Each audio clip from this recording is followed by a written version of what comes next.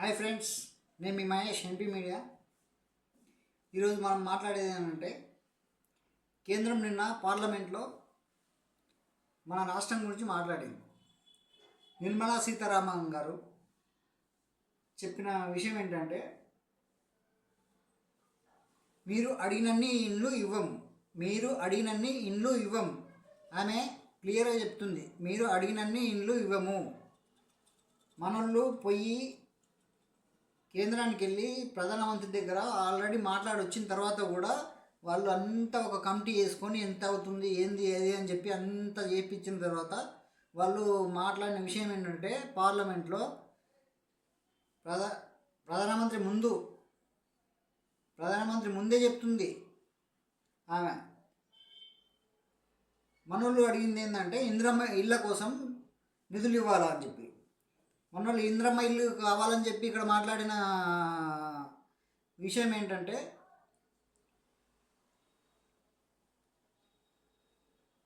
ఇందిరమ్మ పథకానికి కేటాయించిన అంతంతే తెలంగాణకు కేంద్రం షాక్.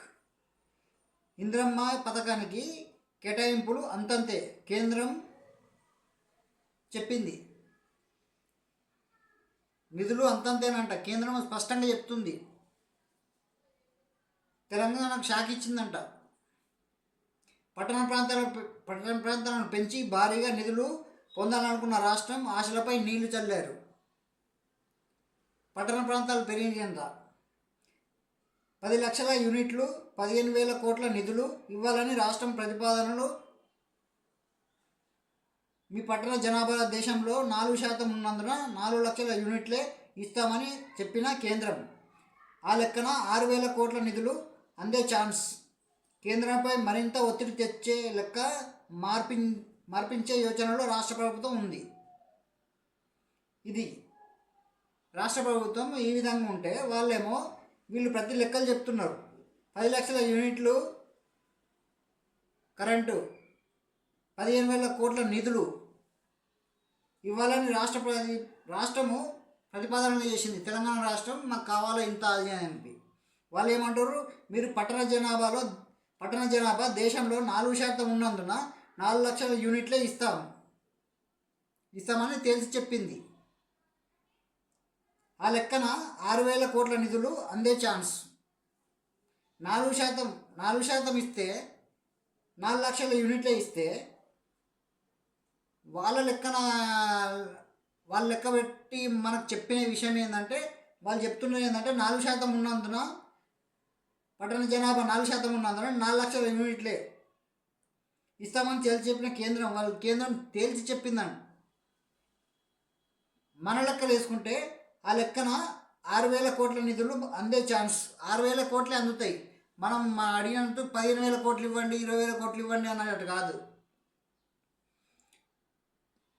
అందే ఛాన్స్ అన్నమాట.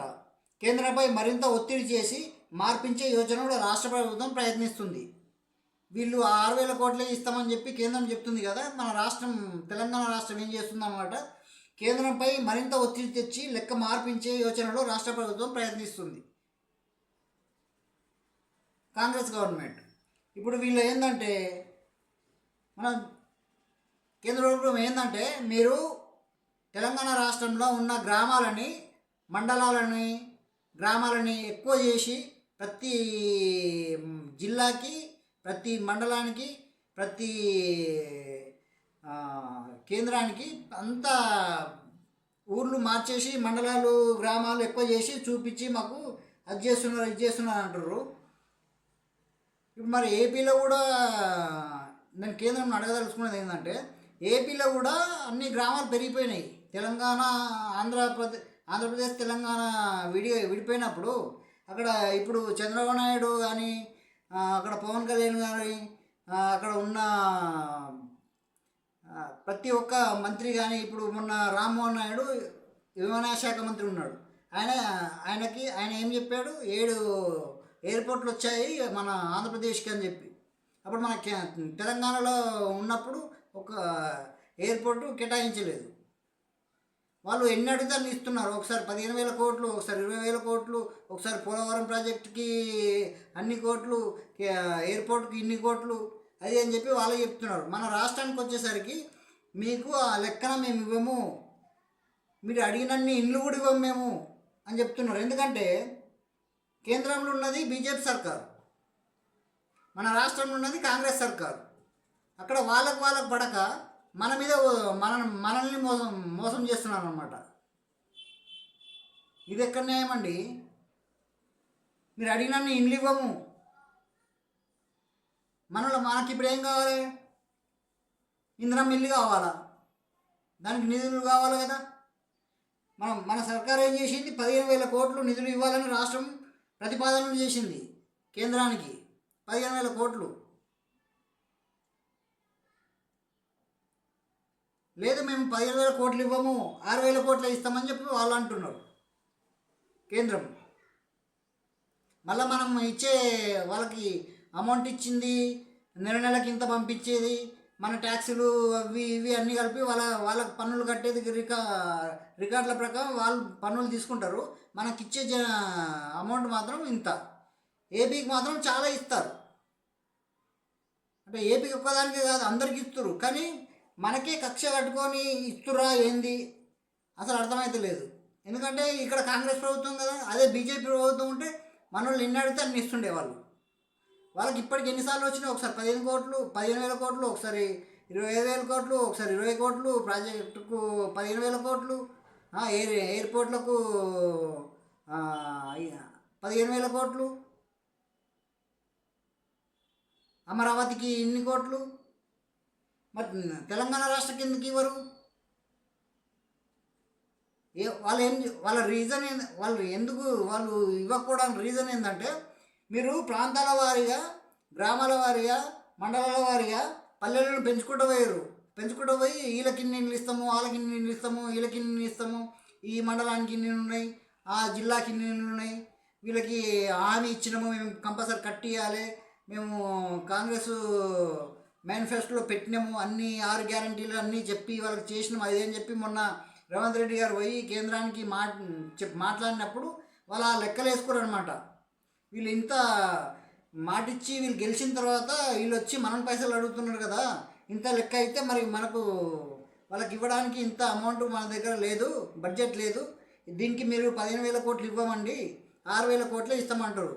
6,000 కోట్లు ఇస్తే అది 6,000 కోట్లు ఏం సరిపోతాయి?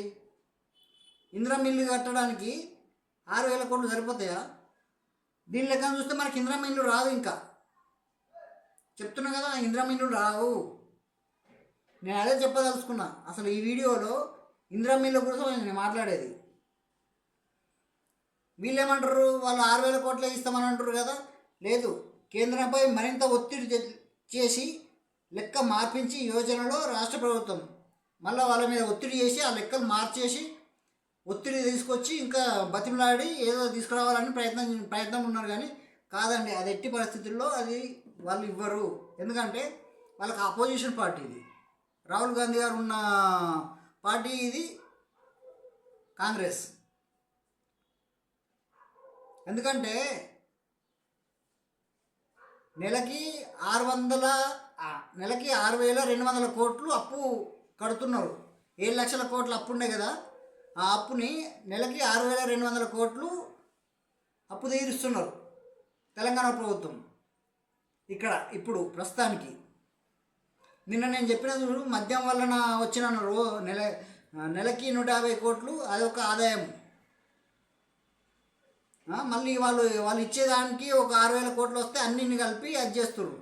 ఇప్పుడు నెలకు 6,200 కోట్లు అప్పే కడుతుంటే వాళ్ళు ఇచ్చే 6,000 కోట్లు ఈ అప్పు కిందకే పోతుంది. ఈ 6,200 కోట్లు 6,200 కోట్లు ఎన్నిసార్లు కట్టాలి, ఎన్ని సంవత్సరాలు కట్టాలి, ఎప్పుడు 7 లక్షల కోట్లు అప్పులు తిరిగిపోతాయి.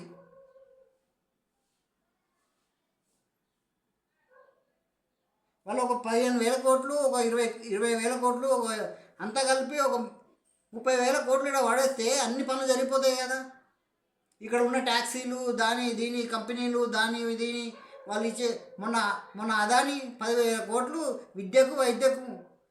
వైద్యం విద్య రెండింటి కలిపి 10,000 కోట్లు ఇచ్చిండు ఆయన. అంతకుముందే ఆయన ఒక 100 కోట్లు ఏదో సంస్థకు దీనికి ఇస్తా అని చెప్పి ఆయన ఒక చెక్ ఇచ్చిపోతే ఈ బీఆర్ఎస్ వాళ్ళు, బీజేపీ వాళ్ళు కాంగ్రెస్కు ఆదాని మంచి దోస్తాయి, వీళ్ళు ఏదో కుమ్మకలాడి అది చేస్తున్నారు, ఆయన ఇచ్చే దొంగ పైసా అది, ఆయన మోసాలు చేసి సంపాదించిన పైసా, ఆయన పైస 100 కోట్లు మీరు ఎట్లా తీసుకుంటారు అది అని వీళ్ళు లొల్లి పెడితే, నాయన వీళ్ళతో బాధ ఎందుకు, వీళ్ళతో ఎవరుడు ఎందుకు నాయన అని చెప్పి వాళ్ళు ఏం చేసిరు, ఈ నాయన నువ్వు రా అని చెప్పి ఆయన ఫోన్ చేసి మళ్ళీ మెయిల్ పెట్టి ఆయన పిలిపించి, నీ 100 కోట్లు వద్దు నాయన, నువ్వు వద్దు, ఇది తీసుకుపో, మా వాళ్ళు సంపి ఇడిచిపెడుతురు అని చెప్పి ఆయనకి ఇచ్చేసిరు 100 కోట్లు. అట్లా డబ్బులు ఇస్తే మీకేం నొప్పిరా నాయన? 100 కోట్లు అయినా మీకు ఇవ్వలేదు కదా. అనాథాశ్రమాలకు, ఆ సంస్థలకు, ఈ సంస్థలకు, బళ్ళకు, కళాశాలలకు, వాళ్ళకి వీళ్ళకు ఖర్చు పెట్టమని ఇచ్చిపోయింది ఆయన. ఇచ్చిపోయిన దానికి వీళ్ళంతా ఇక రేవంత్ రెడ్డికి ఆదానికి ఇక దోస్తాను పెట్టేసరికి రేవంత్ రెడ్డి ఏం చేసిండు, చాలు నీ పైసలు నాకెందుకు నాయన, నువ్వురా, మా వాళ్ళు నా మీద పడి వస్తుర్రు, రాత్రి నిద్ర వాటనిస్తలే, పొద్దుంతా కూర్చొనిస్తలే, ఎవరుడు ప్రెస్ మీట్ పెట్టి అది అని చెప్పి ఆయన చెక్కు ఆయనకు వాపసు పంపించిన 100 కోట్లు అటు వీకినాయి.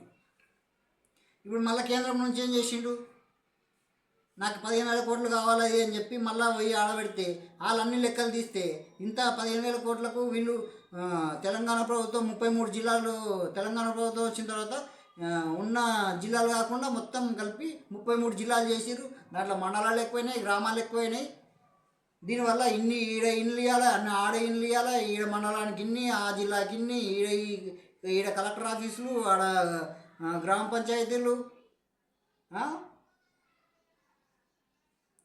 తాండాలు, గిరిజన తాండాలు కూడా గ్రామ పంచాయతీలు ఉన్నాయి కొన్ని.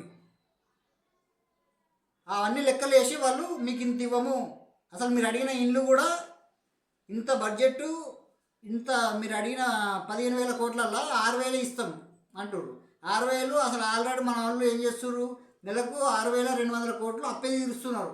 అప్పు కిందనే పోతుంది అది ఎవరు తెలియట్లేదు ఆ విషయం. అప్పుడు ప్రభుత్వాలు చేసినవి అన్నీ లెక్కలు చేస్తే, తెలంగాణ వచ్చిన ప్రభుత్వం వచ్చినప్పుడు, కొత్తగా వచ్చినప్పుడు 14,000 కోట్లు, ఆంధ్రప్రదేశ్ తెలంగాణ ఉన్నప్పుడు, ఆంధ్రప్రదేశ్ సపరేట్ అయిపోయిన తర్వాత, తెలంగాణ సపరేట్ అయిపోయిన తర్వాత, అప్పుడు చంద్రశేఖరరావు గారు ముఖ్యమంత్రి ఉన్నప్పుడు 14,000 కోట్లు అప్పు తెలంగాణ మీద ఉన్నది. ఇప్పుడు 7 లక్షల కోట్లు. అది మిత్తుల కింద ఇప్పుడు ఇంట్రెస్ట్ కట్టుకుంటూ పోతుంటే 6,200 కోట్లు ప్రతి నెల కడుతుర్రు. అందుకనే ఇక్కడ నిధులు సరిపోతలేవు. 6 గ్యారంటీలు అంటే ఇప్పుడు ఆ అప్పు లేకపోతే 6 గ్యారంటీలు ఒక్కొక్కటి అయినా రైతులకు దానికి దీనికి చేస్తున్నారు. ఓకే బస్ అని అదని ఇదని అయినా గవర్నమెంట్కు ఎవరికి సాటిస్ఫాక్షన్ లేదు. ఇప్పుడున్న బీఆర్ఎస్లు కానీ, టీఆర్ఎస్లు కానీ, బీజేపీ కానీ, ఎంఐఎం కానీ, వీళ్ళు మళ్ళీ బీజేపీ వాళ్ళు ఏమంటారు, బీఆర్ఎస్ బీజేపీ ఒకటి. అందుకనే కేసీఆర్ గారికి, ప్రధానమంత్రికి మంచి దోస్తాను ఉంది. అందుకని ఈయన ఏమంటలేడు, అసలు ఎక్కడ మాట్లాడడం లేదు. అందుకని ఈ రేవంత్ సర్కార్ మీద ఒత్తిడి పెరిగింది. అదేని చెప్పి ప్రజలు, ఎమ్మెల్యేలు, మాజీ మంత్రులు, మాజీ ఎమ్మెల్యేలు, ఎంపీటీసీలు ధర్నాలు, పెద్ద రచ్చ. ఇప్పుడు అది కేంద్రం దాకా పోయింది. వాళ్ళు ఊకుడురా, ప్రతి దాంట్లో చూస్తూనే ఉంటారు. అందుకనే ఇందిరమ్మ ఇల్లు ఇస్తామని చెప్పి మళ్ళీ సర్వే మొదలుపెట్టిరా. ఆ సర్వేలో కూడా సకా లేదు. అసలు నేను చెప్పిన కదా, ఫస్ట్ ఒక వీడియోలో చేసి చెప్పిన, నేను బీసీ 56% కంటే ఎక్కువ ఉండాలి. మొత్తానికి టోటల్ లెక్క పెడితే 64%. ఈరోజు పేపర్లో చూస్తే 56% ఉంది బీసీ.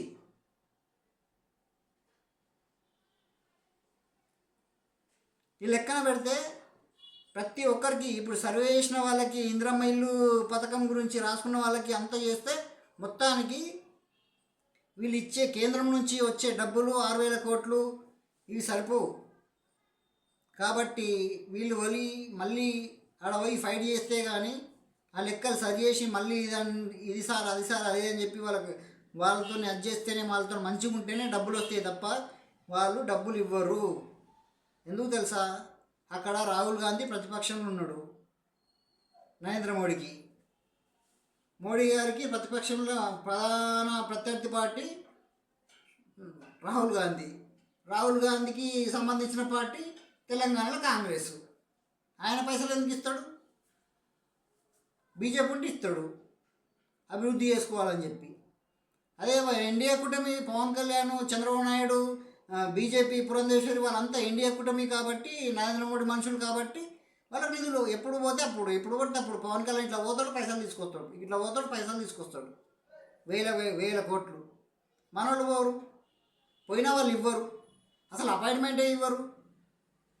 మన రేవంత్ రెడ్డి సార్కి ఎంత లెక్కలు అన్నీ ఇప్పి ఉప్పుపెట్టి అన్ని లెక్కలు చెప్పి వచ్చిన తర్వాత నిన్న పార్లమెంట్లో చెప్తుంది నిర్మలా సీతారామన్ గారు, మేడం గారు చెప్తున్నారు ఏంటంటే, మీరు అడిగినన్ని ఇండ్లు ఇవ్వలేము, మీరు అడిగినంత డబ్బులు ఇవ్వలేము, మీరు గ్రామాలల్లో మండలాలల్లో మొత్తం ఇండ్లు ఎక్కడెక్కడ పెంచేసిర్రు.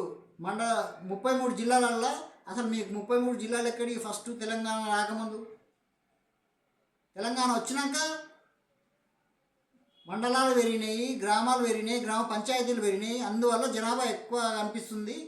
దీన్ని బట్టి జనాభా అందరు ఎక్కువ కనిపిస్తుంది కాబట్టి అందరికీ కట్టియాలి, అందరికీ అది ఇవ్వాలా, నీళ్ళు ఇవ్వాలా, కరెంట్ ఇవ్వాలా, ఇల్లు కట్టి ఇవ్వాలా, అది అని చేసేసరికి మీరంతా హామీలు ఇచ్చుకొని గెలిచిన తర్వాత మా మీదకి వచ్చి మీరు డబ్బులు ఇవ్వండి, మేము వాళ్ళకి ఇల్లు కట్టియాలి, మేము వాళ్ళకి డబ్బులు ఇవ్వాలి, అది అని చెప్పి మా మీద ఒత్తిడి చేస్తే మాత్రం మేము ఇవ్వము. మీరు 15,000 కోట్లు అడుగుతున్నారు కదా, మేము అంతా ఇవ్వము, 6,000 కోట్లే ఇస్తామని అంటారు. 6,000 కోట్లు ఇస్తే మనకు ఇందిరమ్మ ఇల్లు రావు, సరిపోవు కూడా. ఇదే నేను ఈరోజు పొద్దున నుంచి చూస్తున్నా, పేపర్లు అన్నీ చదివిన, ప్రతి ఒక్క పేపర్ చదివిన. నిన్న కేంద్రంలో పార్లమెంట్లో జరిగిన అంతా, అసలు నిర్మలా సీతారామన్ గారు స్పీచ్ మాట్లాడుతుంటే పక్కన వెనకాల అరుస్తున్నారు ప్రతి ఒక్కరు. మన బీజేపీ వాళ్ళు కానీ, కాంగ్రెస్ వాళ్ళు కానీ, అక్కడ ఉన్న కూటమి నేతలు కానీ అరుస్తుంటే ఎవ్వరి మాట వినట్లేదు మేడం గారు. ప్రతి విషయం ఆమెనే స్పీకర్ గారికి స్పష్టంగా చెప్తుంది. తెలంగాణ గురించి కూడా చెప్పింది. పొద్దుగల పేపర్ తెరిస్తే లేవంగానే పేపర్ చూస్తే మనదే హెడ్లైన్, తెలంగాణ మీద నీళ్లు చల్లిరు అంతే. ఇంకా తెలంగాణ పరిస్థితి ఇప్పట్లా ప్రజలారా నేను చెప్తున్నా, తెలంగాణ ఇంద్రమ్మ ఇల్లు ఎవరైతే ఆశపడుతున్నారో ఇప్పుడైతే రావు. ఎలక్షన్లు కూడా ఇప్పుడు లేవు. ఎందుకంటే ఇది ఫిబ్రవరి, రేపు మార్చ్ ఫస్ట్ వీకు 5వ తారీఖు ఎగ్జామ్స్ ఉంటాయి. అది క్యాన్సిల్ చేసిర్రు. ఎందుకంటే ఇంటర్మీడియట్ ఎగ్జామ్స్ అవి.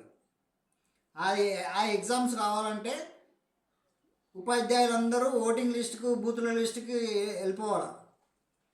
అందుకని ఉపాధ్యాయులు వెళ్ళిపోతే స్టూడెంట్స్కి ప్రాబ్లం అవుతుంది అని చెప్పి ఆ ఇంటర్మీడియట్ ఎగ్జామ్స్ క్యాన్సిల్ చేసిర్రు. తర్వాత మార్చి 21 నుంచి 10th ఎగ్జామ్స్ ఉన్నాయి, అవి ఇంపార్టెంట్. అప్పుడు కూడా 10th ఎగ్జామ్స్ అప్పుడు ఉపాధ్యాయులే ఉండాలి. దానివల్ల ఈ ఓటింగ్ ఎలక్షన్స్ ఇవన్నీ పెట్టుకుంటే మళ్ళీ ఇంటర్మీడియట్ విద్యార్థులు, ఓట్లు వేయాల్సిన విద్యార్థులు కూడా ఇక్కడ ఎగ్జామ్ రాసుకుంటే అక్కడ ఓట్లు వేయాల్సి వస్తుంది, మళ్ళీ ఇక్కడ పరీక్ష రాయాల్సి వస్తుంది, వాళ్ళ మైండ్ సెట్ డిస్టర్బ్ అయిపోతుంది అని చెప్పి దాన్ని క్యాన్సిల్ చేసిర్రు. మార్చి కాదు, ఏప్రిల్ 2వ తారీఖు వరకు 10th ఎగ్జామ్సే ఉన్నాయి. మళ్ళీ దాంట్లో ఇంటర్మీడియట్ ఎప్పుడు జరుగుతాయి? 10th మాత్రం 21 నుంచి ఏప్రిల్ 2 వరకు 10th ఎగ్జామ్స్ ఉన్నాయి. ఇంటర్మీడియట్ ఎప్పుడు అనేది తెలియదు. 5th వరకు, అసలు మార్చి 5th ఇంటర్ ఎగ్జామ్స్ నడవాలి, అది క్యాన్సిల్ చేసారు. దానివల్ల ఈ ఎలక్షన్లు ఈ ఫిబ్రవరి లేదు, మార్చ్ లేదు, ఏప్రిల్ లేదు, మే లాస్ట్ వీక్ అన్నా జూన్ ఫస్ట్ వీక్ అన్నా వచ్చే ఛాన్స్ ఉంది. పంచాయతీ ఎలక్షన్లు కానీ, ఎంపీటీసీ ఎలక్షన్లు కానీ, జెడ్పీటీసీ ఎలక్షన్లు కానీ. అది మీకు చెప్పవలసిన విషయం. అదే నేను మే 2nd వీక్ కానీ లాస్ట్ వీక్ కానీ లేకపోతే జూన్ ఫస్ట్ వీక్ కానీ, అంతే తప్ప ఎగ్జామ్లు అయిపోయే వరకు ఎలక్షన్లు లేవు తెలంగాణలో. ఎలక్షన్లు లేవు, డబ్బులు లేవు, ఇండ్లు కూడా లేవు. వాళ్ళు సర్వేకి వస్తారు, మళ్ళీ సర్వేలో చేసేటప్పుడు సర్వే అప్పుడు మిస్ అయిన వాళ్ళు ఇప్పుడు రాపించుకోండి, ఎంత పోతుందో పోని చూద్దాం. కానీ మాత్రం మీరు అడిగినంత కరెంట్ ఇవ్వాలా, మీరు అడిగినంత డబ్బు ఇవ్వాలా, మీరు అడిగినన్ని నిధులు ఇవ్వాలంటే మా దగ్గర లేవు, మేము 6,000 కోట్లు ఇస్తాం, తీసుకోవాలి లేకపోతే బొండి అని చెప్పి ఆమె స్పష్టంగా చెప్పింది. మళ్ళీ మనోళ్ళు ఆ లెక్కలన్నీ సరి చేసి మళ్ళీ అక్కడ కేంద్రానికి వెళ్ళి మేడం గారికి, ప్రధానమంత్రి గారికి, అమిత్ షా గారికి, వీళ్ళందరికీ నిధులు ఇవి సరిపోవండి, మాకు ఇంకెక్కువ కావాలని చెప్పి కాంగ్రెస్ ప్రభుత్వం ప్రయత్నిస్తుంది. అవన్నీ ప్రణాళిక మొత్తం సిద్ధం చేసుకొని పెట్టుకున్నారు. వాళ్ళు రేపో ఎప్పుడో వెళ్ళిపోతారు, మళ్ళీ మాట్లాడతారు. ఎలక్షన్లు అయితే ఇప్పుడు లేవు, డబ్బులు అయితే ఇప్పుడు రావు. వీళ్ళు మాట్లాడి అవన్నీ చేస్తే వాళ్ళు సాటిస్ఫాక్షన్ అయిన తర్వాత ఎంత డబ్బు ఇస్తారో చూద్దాం. అంతవరకు మాత్రమే ఇది ఈ స్టోరీ. నేను చెప్పాల్సింది ఇది. ఇందిరమ్మ ఇల్లు ఆశపడ్డ వాళ్ళకి మాత్రం ఏదో వచ్చింది అంటే పాత ఇల్లు చంద్రశేఖరరావు కట్టించిన ఇల్లు మాత్రం పంచేది మాత్రం వచ్చే లిస్టులో వచ్చిన వాళ్ళకి ఆ ఇల్లు పంచుతారు తప్ప కొత్త ఇల్లు కట్టించే యోచన మాత్రం ఇప్పుడు లేదు. ఎందుకంటే బడ్జెట్ లేదు, ఇక్కడ ఉన్నదానికే చేస్తున్నారు తప్ప ఇప్పుడు కొత్త ఇల్లు కట్టించే అంత బడ్జెట్ లేదు. కేంద్రం నుంచి వచ్చే నిధులు ఇస్తేనే బడ్జెట్ స్టార్ట్ ఇక్కడ ఉంటుంది, ఇండ్లు కానీ పనులు కానీ స్టార్ట్ అవుతాయి. ఇది నేను చెప్పదలుచుకుంది. ఓట్లు కూడా ఇప్పుడు లేవు, ఎలక్షన్స్ కూడా ఇప్పుడు లేవు. పిల్లలకి ఎగ్జామ్స్ అయిపోయిన తర్వాతనే elections. Intermediate exams, 10th exams అయిపోయిన తర్వాత మేలోనో జూన్లోనో, అంతే తప్ప అప్పటిదాకా ఎలక్షన్లు లేవు, కేంద్రం నుంచి వచ్చిన డబ్బులు లేవు, ఇందిరమ్మ ఇల్లు కట్టించే ఇల్లు లేవు, రైతులకు డబ్బులు లేవు. ఇది తెలంగాణ పరిస్థితి. ఎందుకంటే కాంగ్రెస్ ప్రభుత్వం కాబట్టి బీజేపీ కాంగ్రెస్ ప్రభుత్వానికి ఇచ్చిన షాక్. తెలంగాణ మీద నీళ్లు చల్లిన కేంద్రం అని చెప్పి హెడ్లైన్. ఇది నేను మీకు చెప్పదలుచుకుంది. మళ్ళీ రేపేమైనా ఉంటే వీళ్ళు పోయి ప్రధానమంత్రితో ఏం మాట్లాడతారు, ఎంత డబ్బు వస్తుంది, వీళ్ళు ఎంత చెప్తారు, వాళ్ళు ఎంత ఇస్తామంటారు, దాన్ని బట్టి నేను మీకు మళ్ళీ వీడియోలో మళ్ళీ చెప్తానండి. చూస్తున్నానండి మహేష్, మీ ఎంపీ మీడియా. మళ్ళీ వీడియోలో మళ్ళీ కలుద్దాం. Thank you. ఈ వీడియో చూస్తున్న ప్రతి ఒక్కరూ మన ఛానల్లో వచ్చే మరిన్ని అప్డేట్స్ కోసం మన ఛానల్ని లైక్ చేయండి, షేర్ చేయండి, సబ్స్క్రైబ్ చేసుకోండి. పక్కనే ఉన్న బెల్ బటన్ని యాక్టివేట్ చేసుకోండి.